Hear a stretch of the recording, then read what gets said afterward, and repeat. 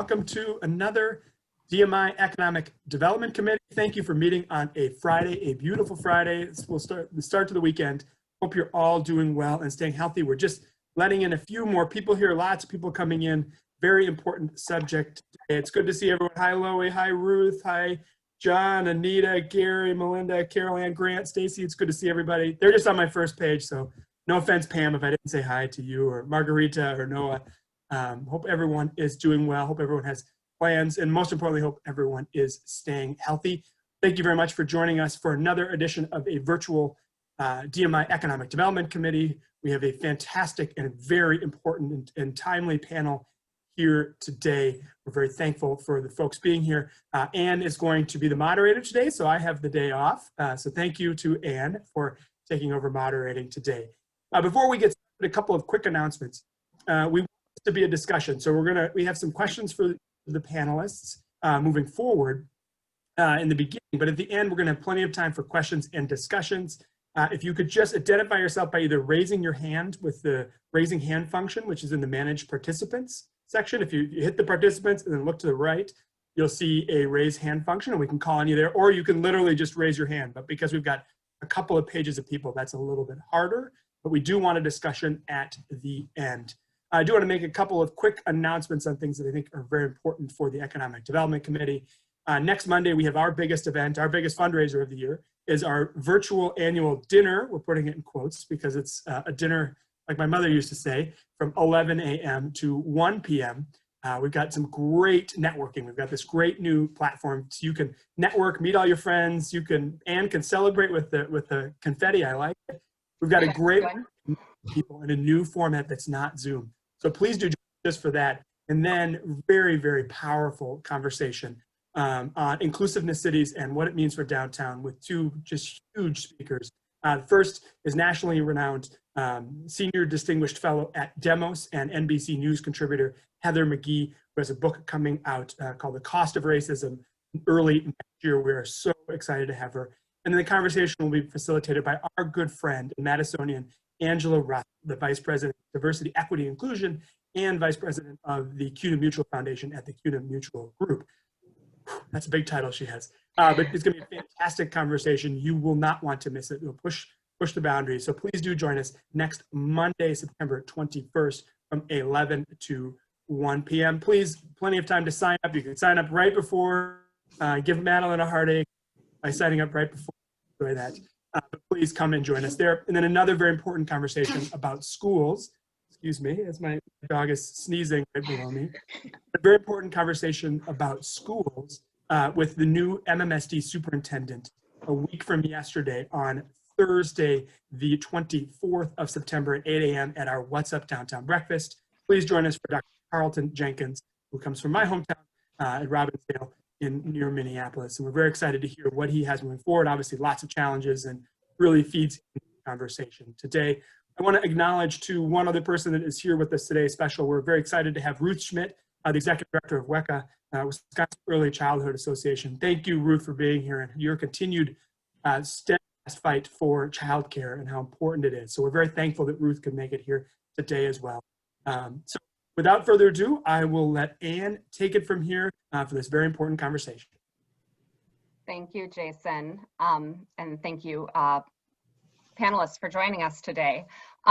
Madeline asked me to remind you if you could keep yourselves muted. You can unmute if you have a question, but it will help keep the background noise to minimum if you can do that. So happy Friday. It's good to see you all on this atypical EDC day in this atypical year. And for many of you, if you're Madison parents or if you have Madison parent employees, you've made it to the end of week 2. So congratulations. I think that means you have 35 more to go. It'll get easier, I hope. And well, that's positive, Anne. Yeah, I'm counting them down. It actually does help me to know that it feels like we're getting somewhere. It's already getting easier in week 2. And I think that this panel can really help us understand the employer perspective. And it's nice to have Ruth here who can help us understand some of the childcare perspective as well. Although she's not officially on the panel, I think you'll have a lot of great things to add. So I would like to introduce our panel. So starting off, I don't know where they are on your screen, but they can wave and introduce themselves. I have Michelle Delkey from American Family Insurance, Talent Management Program Consultant. Michelle? Good morning, everybody. And thanks, Ann and Jason, for inviting me along. I am, as Ann said, Michelle Delkey from American Family, and I am currently leading the charge for helping support our working caregivers across all of our enterprise companies. And in Madison, we have approximately 6,000 employees who are mostly working remote, with some who are at our buildings that have to be. So we have probably a lot of similar situations that all of you are experiencing, and hope to be able to add some color and helpful tips for all of you today. Thank you. Thank you, Michelle. And Nicole Hessels. Nicole's from Exact Sciences, Director of Wellness and Amenities. Nicole, if you could tell us about yourself and Exact Science and your employee base as well, that'd be great. Yeah, absolutely. Thanks so much for having me. It's exciting to be here and to see all of your new faces that I haven't met yet. So thanks again. Exact Sciences is a team of more than 4,000 employees worldwide, focusing on delivering early answers and smarter solutions in the fight against cancer. About 2/3 of our team members are based right here in Madison, and we have a mix of both on-site support. About 2/3 of our employees here in Madison are on-site, and lots of folks who are working remotely. So the wellness team and amenities is really focused on how can we care holistically for each individual employee, as everyone's situation is a little bit different these days. Thank you. And last but not least, Joanna Vanderpool from ULI, our Director of People, Talent, and Culture. Good morning, Joanna. Good morning. Thank you, Ann. Thank you, everyone, for inviting me. It's great to be here and be able to participate this morning. As Ann mentioned, I am the Director of People, Talent, and Culture with Urban Land Interests. I've been there for about a year and a half now. And we are commercial and residential property management real estate in downtown. So we have about 2/3 of our workforce that is back on site in some capacity, and then the remaining third kind of rotate in and out as needed. So we're values-based, we're very family-centric, so this is a topic that's near and dear to many of us. So we're looking forward to the discussion. Thank you all. So with that, I think we'll jump into some of the questions that we came up with to talk about, and I'll pitch them kind of in this order, and you can take it or pass or jump in and interrupt each other. We don't have to be super stiff, even though we are on Zoom. So the first question was kind of about what kinds of support and accommodations are you offering to working families during this pandemic? What have you seen that's valuable and effective? I think we're in an information sharing stage where we're figuring things out. So I don't think there's a right answer, but it's great to hear what's working and what's not. Michelle, do you want to start with that one? Yeah, that's great. So we have been relying heavily on what I would say are probably really, really good flexibility benefits for all of our employees to begin with. So we offer flexibility for those of you who may have heard about this. At least at American Family, we have a flex schedule where people can work 4 days one day, 5 days the next week, and split up their time in many different ways. So that traditional benefit has helped us immensely. We're also really leaning heavily on having those one-on-one conversations happen with every single manager and every single one of their employees, to check in regularly on how's it going, and to also talk about all of our benefits that we have available to support all of these working caregivers in their unique situations. So in addition to just normal work week and schedule flexibility, we have also kind of sharpened up our reduced schedule policy to allow people, if needed, to go down in hours and still maintain most of their benefits. So that is something that we have also offered in addition.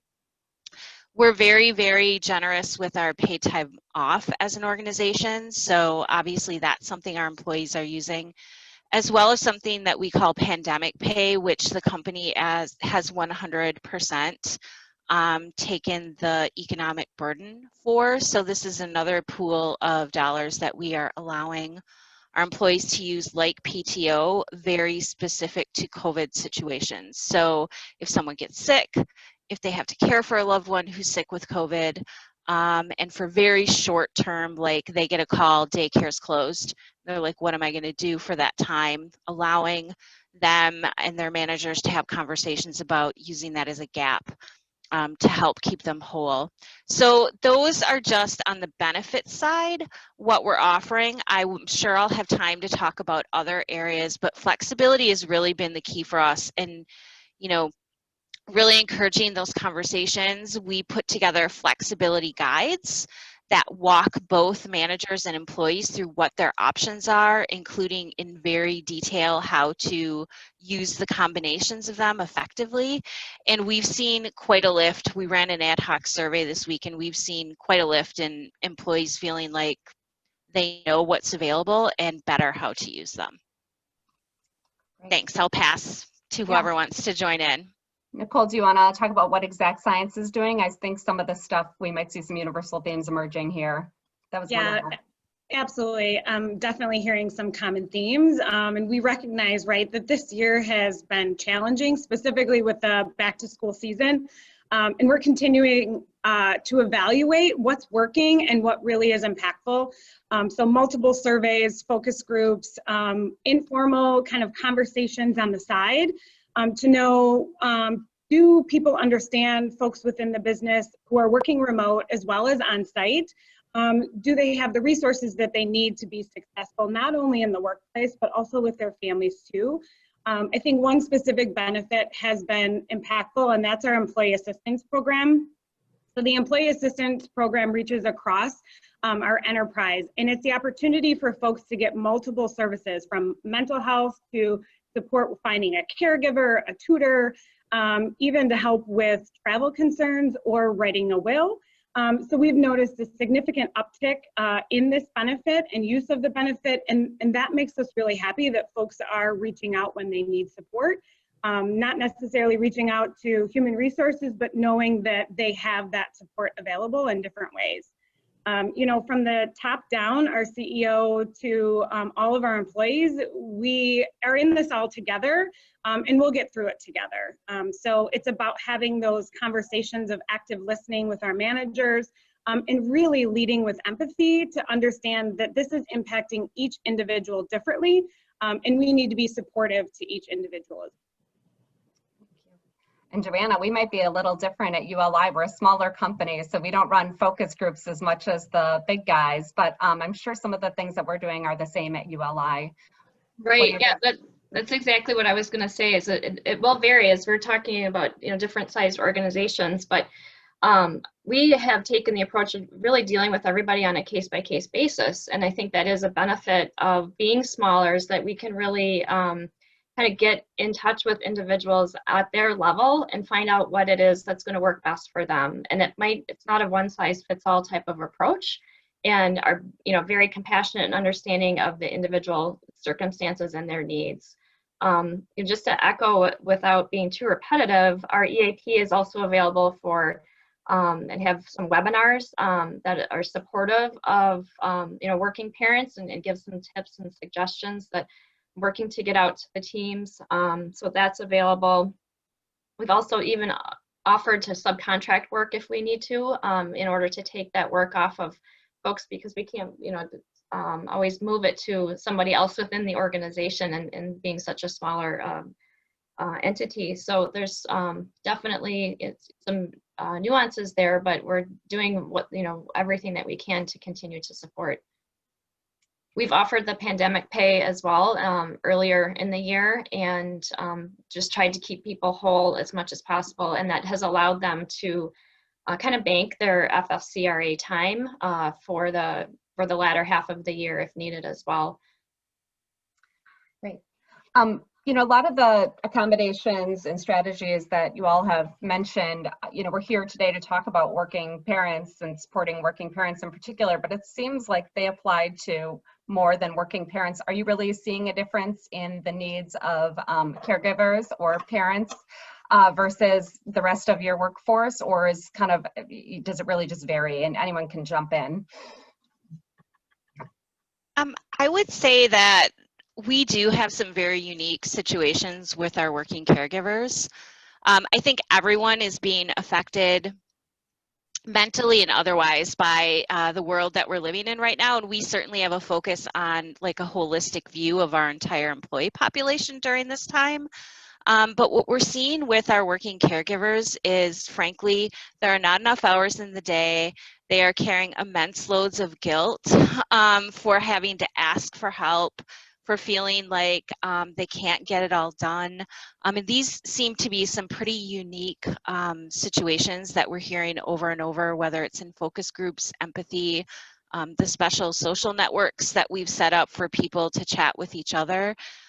Just this sense of how to figure out what they're dealing with in their own specific worlds right now. So although there's commonalities across, what we're finding is it's very hard. It doesn't matter how much money a company has. So for all you small companies out there that are struggling, so are we. We can't come up with one solution that fits everyone's needs. And it's just trying to figure out what helps, share that information, and keep the conversation going, is what I would say. Joanna or Nicole, you want to piggyback off of any of that? Yeah, absolutely. Go ahead, Joanna.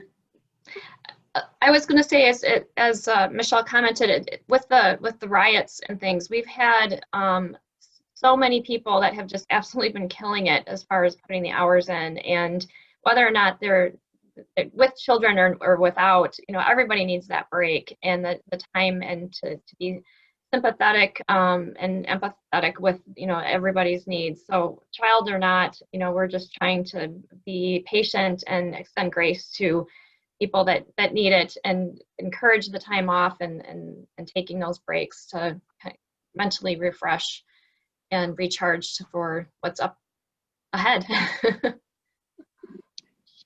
Absolutely. I think one area, that we all struggle with is finding the resources. There's so many great ideas and articles and publications out there to help support us, but who has time to pull all that together, right? So what we've tried to do is pull all those resources into one document and have that available for everyone, that whether I need help working from home with IT struggles, that would be me, right? Or it's something else specific that you need from pet care, elder care, or stress resiliency. Right? What tools are out there that we know work, and how can we quickly access them? Because if you're asking me to search for that right now, I just frankly don't have the time. And so what we're seeing is that barrier to achieving wellness because of the lack of time. So if we can take that burden away and have the resources readily available, I think more folks are apt to take that time to participate in those resources. Yeah, makes sense. Are you seeing, as we talk about, it sounds like there are differences in the needs between caregivers and folks that aren't caring for someone at home. Their needs might differ, their responsibilities at work might differ. Are you seeing, a lot of women in particular, and most people who care about women are concerned about the gender gap widening because of the pandemic and because of women's roles in the household in many cases? Are you seeing that in your own workplaces?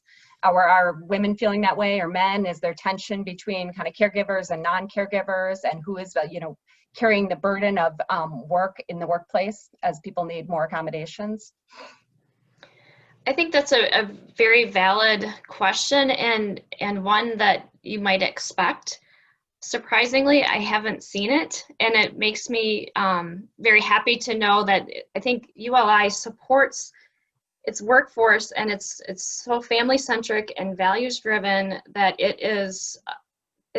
they're there to support each other, and as the colleagues, childless colleagues, understand and empathize with what the person sitting next to them or would be sitting next to them is going through, and they're there to and pitch in and to help and to carry that burden and the load when their colleagues need it. And it just warms my heart so much to see that there's this collaboration going on throughout the organization. So that's always been very eye-opening and heartwarming to me.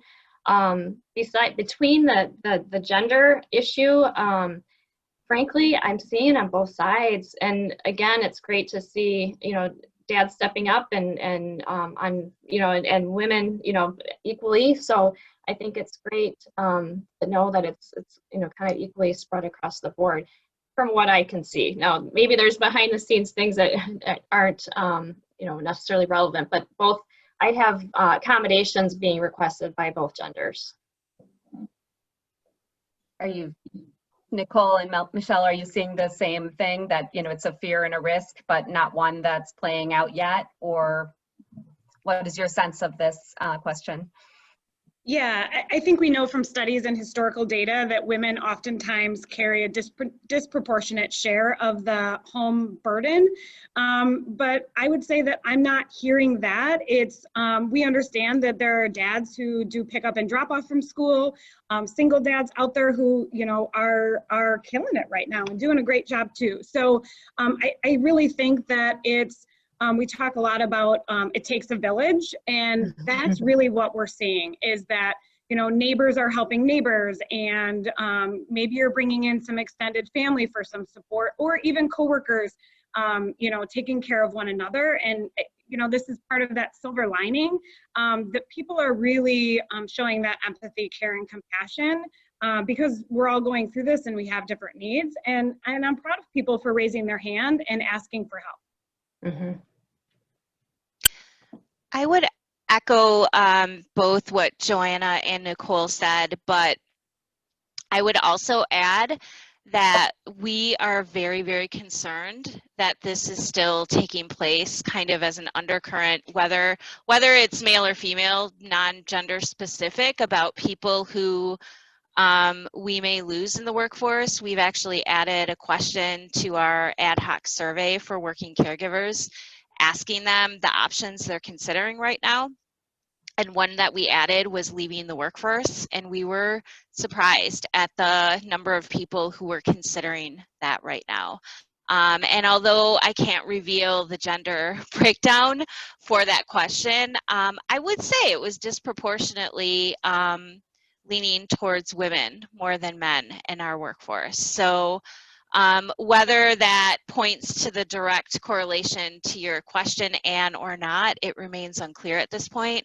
But as a company that's extremely committed to inclusive excellence, trying to increase our RE diverse pools by 50% in the next 4 years, and that includes women in leadership roles as part of that, we are very concerned about the current situation and how this may affect our long-term workforce. So it's a real concern for us.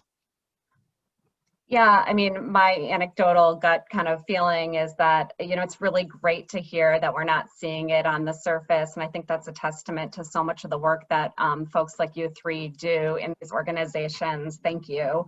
But, we're early on in this in some ways, and I think people are tired. And as I said, we're in week 2 of 37 weeks of this school year. And I don't know exactly, I guess no one knows what week like 27 is going to feel like for a lot of working families. So thank you for sharing that. I'm not an HR professional, so I don't have, the vocabulary to ask questions in the nuanced way that you all do. And I appreciate you being as candid as you can with this group. So I guess another question that was on my list were kind of, what do you think the long-term impacts of the pandemic are in terms of work-life balance and in terms of family life balance or family work balance? And what trends do you think will stay as we move past the pandemic? And any of you could take that.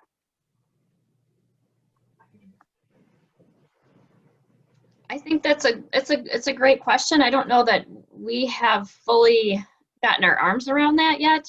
I think there's going to be, not necessarily just at our organization, but just generally speaking, I think there's going to be a more move, to have that flexibility and desire to, have more remote time.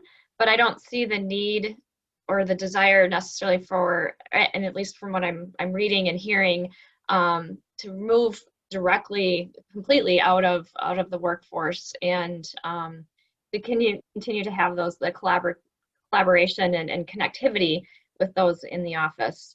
So I think it's a balance again between the work, in-person work, and the balancing the home life component. But I think people are struggling and tired of these, being remote and the expectation that you're on 18 hours a day.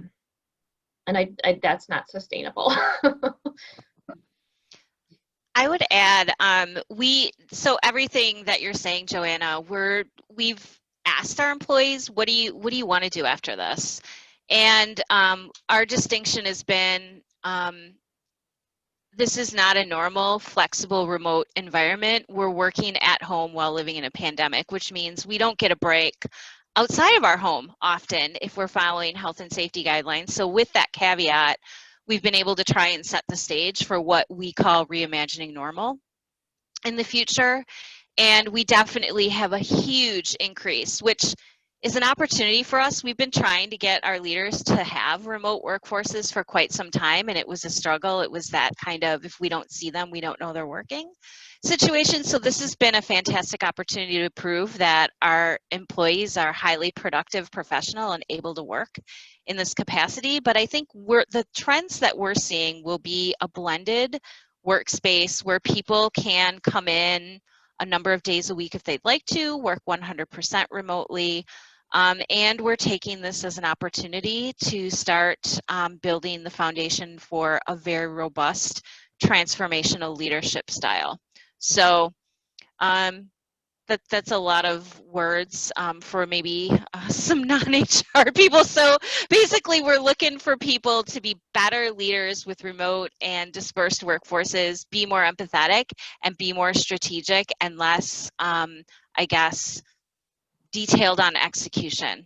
So we're looking for more agile workforces, and this has given us an opportunity to test and learn all we can about that. Sorry, it's pretty lengthy. Good. Yeah, absolutely. I think the two things that really stick here are the ability to work remotely and how productive our workforce has been. It's been absolutely fantastic. We do worry more about burnout than we do about productivity, and how can we help support through team building, maybe a little bit cliche in these icebreakers, but we need to break down the work for a minute or two, have a little fun, and continue those human-to-human connections. There are studies that are about people's longevity in a career or at a workplace that tied to having a best friend at work. So we are a little concerned that folks are losing that connection piece. And so we are looking for ways to continue to connect on a human level, peer to peer. So that's really important, something that we need to maybe do a little bit better on.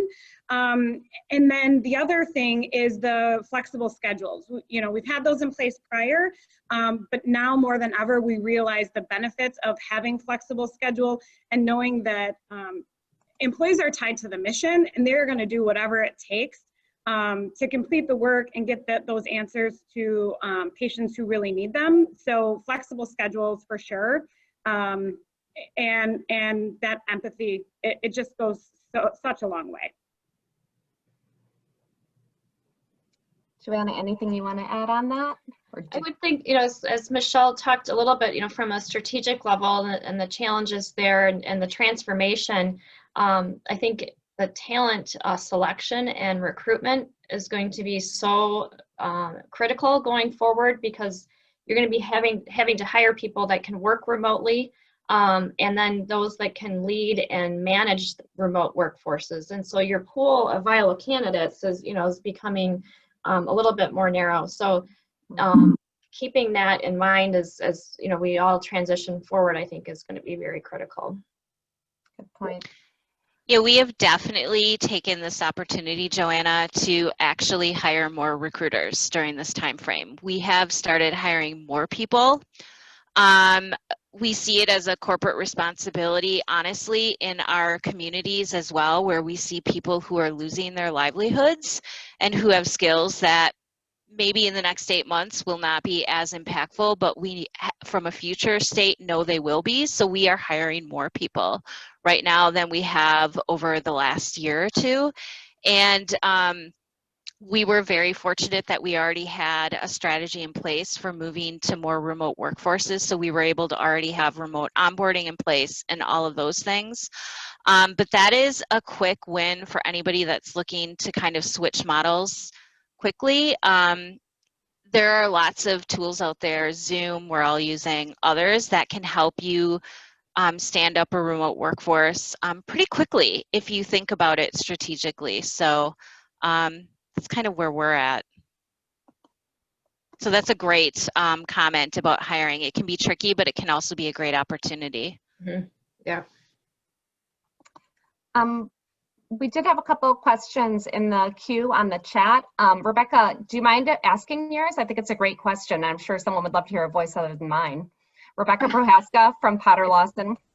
Sure. I think thanks for your time today. I think all the perspective, and as being a smaller company, it's great to find ways to sort of turn things internally. But mental health is one, especially heading into winter. Right now we can recharge, we've got sunlight, we've got a lot of other things. Have you guys started to think about mental health as we head into the W word winter that will be coming sooner than we'd like? I'd just be curious to hear what you've thought about to help support. Nicole, I did buy a Peloton, so thanks for your push over the edge. But things we can help do, to support our employees' mental health would be great. So you think this is going to continue into the winter? That was a joke. I know. Yeah, it is. It's definitely something we're talking about. We don't have a full-blown plan yet, but I think again it's continuing to offer that flexibility. Maybe they have an extended lunch period or break, kind of midday, so you can get out and get some sunlight and go for a walk, when it's still less sub-zero temperatures. So I think it's just continuing to address maybe if you're skiers, to take it off early in the afternoon, or just continuing to offer the flexibility, I guess, is kind of what we're thinking right now at this point. I don't know, Michelle or Nicole, you have any other ideas? Yeah, from a wellness perspective, there's a direct correlation with gut health and brain health. So by providing nutritious food to employees to help really heal from the inside out, maybe there's an opportunity to do a catered lunch to support a small business. And then also to support employees, with nutritious offerings in the workplace or at home, right? There's so many great meal kit services out there, even right here in Madison, that deliver to homes, that I think that's a great way to connect, especially with a small business, to offerings for employees and maybe even their families. Nicole, I think you're onto something. So we've done a lot of, we've been talking for weeks now with our employees, asking them, do you want subsidized daycare? We talked about putting a daycare on site at our NHQ building. We've talked about all of these things that we thought were obvious winners for our working parents and caregivers, and the majority of people, because of COVID, were just not interested in putting their families at risk. But what we have heard over and over and over is, if you could help us with like tasks at home or provide us healthy meals for our family, that would be more impactful. And I think that that is an incredible way as well, from a wellness perspective, to kind of hit it from two angles, to help them with their time and also to help them with their family's nutrition, as it seems a lot of people are very concerned about that. Love these ideas, and especially good for you, Rebecca. I know what a foodie you are. I can see you're like, oh yes. I have a similar question came in just to me, which is, sorry if I'm scrolling through this, kind of asking, I think it sounds like folks are more worried about burnout than productivity. They can give resources, but do folks have the time and bandwidth to absorb what those resources are and put them into practice in their everyday lives? And so piggybacking on some of those themes, one of our folks asked, what are the things that each company has done to foster and maintain and improve employee engagement around in the company and around these issues, and what are the tools that managers are using effectively to stay in touch and connected with employees and engagement right now? If anybody has any special lessons learned along those themes, we'd appreciate it. I think we've just really increased our communication and having, whether it's daily check-ins, each manager's kind of operating on their own philosophy and what works best for them and their team. But you know, it's forcing the communication, scheduling the communication so that it's there and available from a information standpoint. And from an engagement, you know, we've done multiple Zoom all employee hands-on types of calls and things in order to kind of hear the same message from leadership. So we've had a couple of opportunities for engagement that way. Yeah, a few different, right? It looks different for folks who are working on site. About 2/3 of our employee base are working on site today in our lab operations and provider support. So for those folks, again, our box lunch program was a big hit. We ran 25 weeks of a free lunch program for employees. There are also opportunities for remote staff. So I think the virtual fitness classes are fantastic. I particularly like them because I can turn my camera off. And no one really needs to see me, right? I can do my own thing, whether I'm on the beat or I'm off the beat. It doesn't really matter, but I can see all of my coworkers' names and I know that they're participating right along with me. So those virtual fitness offerings or yoga or meditation are great options for virtual. And then on site, we've even gone to socially distant activities. Our next one is, you know, pumpkin painting.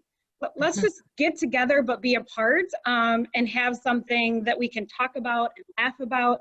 I think a big theme is we miss seeing each other's face and we miss those smiles, and we absolutely need to hear that laughter again. And so how can we infuse great activities? Let's be creative, allow people to come together in smaller groups, stay apart, but to see and hear that laughter again is really important for the human spirit. And we are doing all of those things, Joanna, all hands conversations every other week. We have our senior leadership from our enterprise companies giving updates.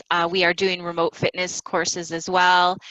And we're also encouraging and are asking people to do things like remote escape rooms, which sounds like really hard, but it was really fun. And you can find great things like that are available outside of just like the Zoom happy hours and coffee breaks. We've also got a large percentage of employees that have volunteered to do family reading times at different hours. We have an entire volunteer tutoring network that we've stood up for employees that want to help other employees' kids with topics. Our data scientists are extremely on demand right now for high schoolers in those high-level math courses. So there's a lot of ways that we're trying to keep people engaged, but also, you know, I think just providing places for people to talk, we're hoping will help and go a long way with this as we get into those winter months as well. These are all really good ideas. The person who asked that question was actually asking it from the gym. I won't out them, so I think it's funny that you were talking about gym classes, but she's not, so she's getting that right now. I saw there's not any other questions in the queue, and I think we've covered most of what's on my list. I can talk forever, but I see, Ruth, that you posted a survey from the U.S. Chamber about childcare and returning during COVID. Is there anything in particular you wanted to point out or ask in regards to that survey and the results?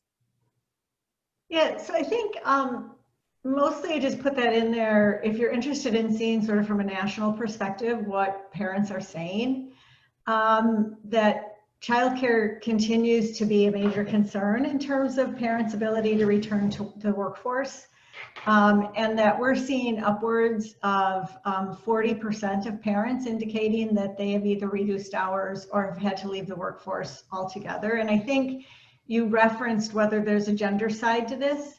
And it also appears that the data is pointing to the fact that there's both a gender side and there's also a generational impact on this, that the younger generation of workers are looking really critically at supports from employers regarding those types of benefits, because they know that this is a time when they're thinking of starting families, or they already have a family and young children, and that need for what I heard all of you say about flexibility is absolutely critical. And then I think the one thing that I just want to point out for all of you who are businesses, actually two things I want to point out. One is that what we know from the employer perspective and what is happening with childcare is that right now in Wisconsin, we have lost upwards of 50,000 childcare slots since COVID started.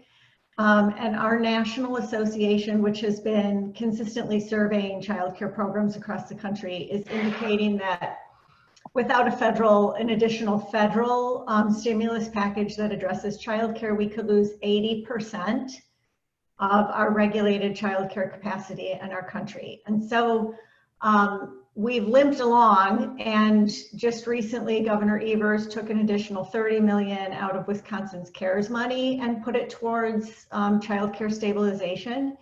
But I think what we're going to see increasingly is more and more programs needing to do permanent closures. I don't think it's as bad an issue directly in Madison, but certainly in the balance of our state, this continues to be a dramatic concern of ours.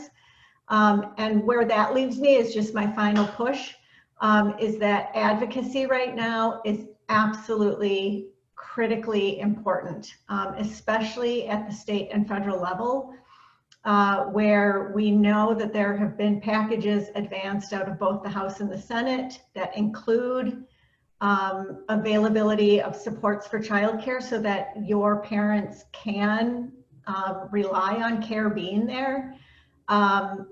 Both of those bills are sort of dead in the water right now with the White House, and anything that can be done if you are a politically active person to put pressure on especially our senators and the White House to take action on that is critical, because this is going to end up being, it was a mess before COVID. It is going to be just a bigger and bigger challenge, and it's affecting also lower income families, and it's affecting Black and brown families in much broader ways than it's affecting sort of middle and upper income families and white families. So just sort of putting those things out there. Yeah, Thanks for bringing that up, Ruth. And just to piggyback on that, you know, fingers crossed, there was a bipartisan bill in the House that may make it to the Senate with, I think, $2 trillion. We'll see what happens there. But I also wanted to point out that there are potential ways to support your employees. We're exploring this right now through the Section 139 Federal Emergency Act. There is a section in there about personal expenses that could potentially help. Ruth, you brought up a situation with, you know, potential family members helping with caregiving or bringing in people outside. There could be a way for expenses to be repaid or supplemented by companies who then can get a tax break or rebate under that Section 139. So there may be some other creative ways to look at helping your employees with some of those costs as well, while we wait for Congress to do something. Yeah, I have wondered, thank you, Ruth, and thank you, Michelle. Ruth, you've talked with us before about the childcare crisis, obviously way before this pandemic. And particularly, I remember you talking about the quick trip effect and losing hourly employees from childcare centers to businesses that could pay more, like Quick Trip, et cetera. And I think that, and I put in the comments, one of my questions too for the panelists, you know, I think this is really disproportionately hurting hourly employees who really don't have that flexibility to change their schedules. And that includes daycare workers in many cases, I think in most cases are hourly. So you know, are there a lot of what we're talking about applies to salaried employees. What special, what are we doing for our hourly employees in our businesses? And I know all of us have them. I would say that from ULI, we've really relaxed our attendance policy and have gone, you know, just again trying to handle things on a case-by-case basis with those individuals that are, you know, struggling. You know, whether it's illness that we don't want them bringing into the building, or childcare issues. You know, we're just very sympathetic to that and allowing, you know, relaxed policy as it relates to discipline and so forth. So, Nicole or Michelle, you have anything to add on that? Sure. I think at the end of the day, it's about fairness and understanding that you got to look at things through an equitable lens right now. Is that, you know, working from home has its challenges, and coming to work each day also has its challenges. So it may not be an apples to apples approach, that we have to understand and look at things from fairness. And so while I may be able to provide a box lunch program for all on-site workers, that's not something maybe that we can do for remote workers. So what are they looking for and what's going to be impactful? And you know, it does look different. And I think that this is an opportunity where before we were apples and apples, and now it's okay to be an apple and an orange, and both are delicious and wonderful, and we can all celebrate them, right? So it really is looking at things a little bit different than we ever have before. And I would say specifically at American Family, our highest percentage of hourly employees are our care center, frontline call center employees across the US, who are very time driven, and their statistics are measured very closely, as all of you probably understand from a call center perspective. And they are being disproportionately hit hard. We have a lot of single parents in that group who have lots of children at home or a child under school age, as well as school age children, and trying to juggle the work that they're held very accountable for during the day because they are our lifeline with our customers. So we've done some creative things like looking at using that tax information effectively to give them maybe a new status. We're experimenting now with giving them kind of like a break status, but we're tracking what we're hopefully going to call pandemic time, where if they have something happen and they need to help their kids, they still get paid for that. Like, we are trying to look very creatively at some of those sorts of help situations for hourly employees. And Nicole, I would absolutely echo what you said. It just seems like this pandemic has forced us to look at being equitable when we can, but also being fair. And that is a fantastic way to look at the situation and try to get through it to support our employees. All right, thank you all. We've got a few more minutes. Are there questions you wish I had asked that you want to speak to, panelists? Are there questions from our committee that anybody wants to make sure that they ask in the last 10 minutes? But Anne, I got a couple of quick points here. I want to make sure that we acknowledge the work of our partners, the Greater Madison Chamber of Commerce, who are working with the City of Madison, United Way, and MMSD on a child care scholarship fund. I think this is really important that the Chamber is taking the lead on this, and we're so proud to be a sister organization of that group, working very closely with Zach and Kevin and Adam and Nikki and the team at the Chamber. So this is something very important to our community. We need to support the Child Care Scholarship Fund, and we're very thankful that Renee and the team at United Way set that up along with MMSD. I'm sure that our friend Melinda Heinrichs, who's on this call with the Foundation for Mass Public School, also was part of that. So thank you. Support that. I think it's very important. The second point I want to get to is advocacy, what Ruth talked about. And we were so fortunate to have Ruth and a few others from Red Caboose and Tri-North maybe almost a year ago now, talking about how important it is to advocate for this, because Ruth's right. We had these problems before, and I've noticed with COVID, even just downtown economics, what COVID did is just accelerated the trends that were happening, right? And you're seeing this exactly with COVID and childcare. So now more than ever, organizations like DMI, like the Chamber, need to step up and help. And thanks to the work of Ann Morrison, we have a great section in our civic agenda working to help on this. So know that Ruth, and I wanted to acknowledge her newest hire, Kimber Liddell. I think she's still on here. Yeah, there's Kimber's still on, doing some great work and thinking of different ways to get connected with the state as well, and how we can get funding. So advocacy is now more important than ever. This is not just simply a COVID issue. This is the right thing to do. It's the economically right thing to do. It's economically imperative for our economy in Madison. We need to be a leader here. So I just wanted to acknowledge that before we go. So thank you to Ruth and Kimber for all of your work. Thank you. All right. Can I just put in a really quick shameless plug as quick follow-up to that? So Kimber Lytle, and Kimber, maybe you want to go on camera if you can. Kimber is working specifically on business engagement and advocacy across the state. She's putting together an actual coalition of business leaders. If you're interested in following up with her, you can, we can get the information available to Jason maybe, and her contact information can be sent out to everybody. Absolutely. Kimber and I have already connected. I've got an email out to Ann and several other people trying to make those connections. So if you're interested, oh, there's Kimber. If you're interested, please let us know. But Kimber, we'd love to hear quickly about this work. I think this is hyper important. Advocacy is so important on this. Yeah, thanks so much. And thanks for the great discussion this morning. So I'm fairly new to WECA. I've only been here for 4 months, the beginning of May. Prior to that, I'd been in the legislature working with Governor Walker when he was governor as well.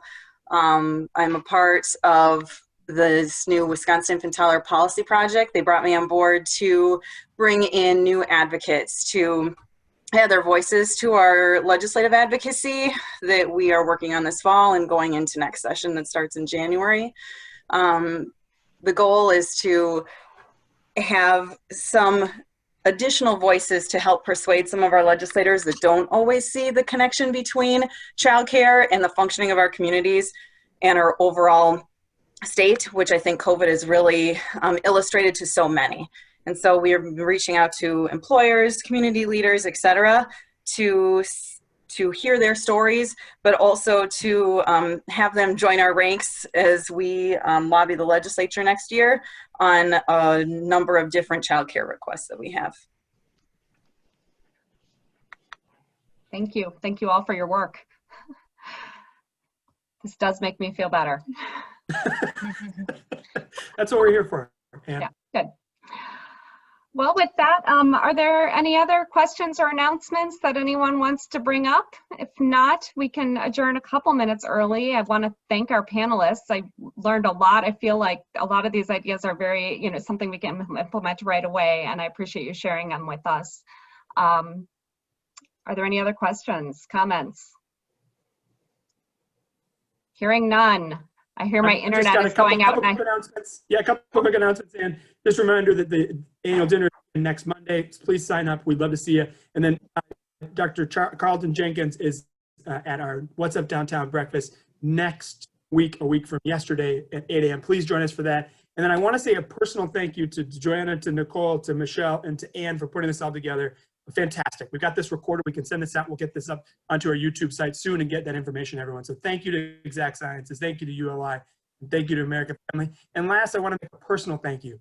We had a whole series of, well, I want to say thank you again to Ruth and the team at WECA, but a personal thank you to all of our board members and executive members that were on today. We had a huge number of you here today. So thank you to Ann at ULI, to Pam at MG&E, to Anita at Berkeley, to Melinda at the Foundation for Madison Public Schools, to Stacy at Fiore, and to Tim Casper at Madison College. Thank you for being here, and thank you for caring about this issue. It means a lot to see so many of our members believing in this issue. So thank you for all for being here. We appreciate it. Hope you all have a great weekend and stay healthy. We'll talk to you soon. Thank you. Thank you. Take care. Bye. Thank you.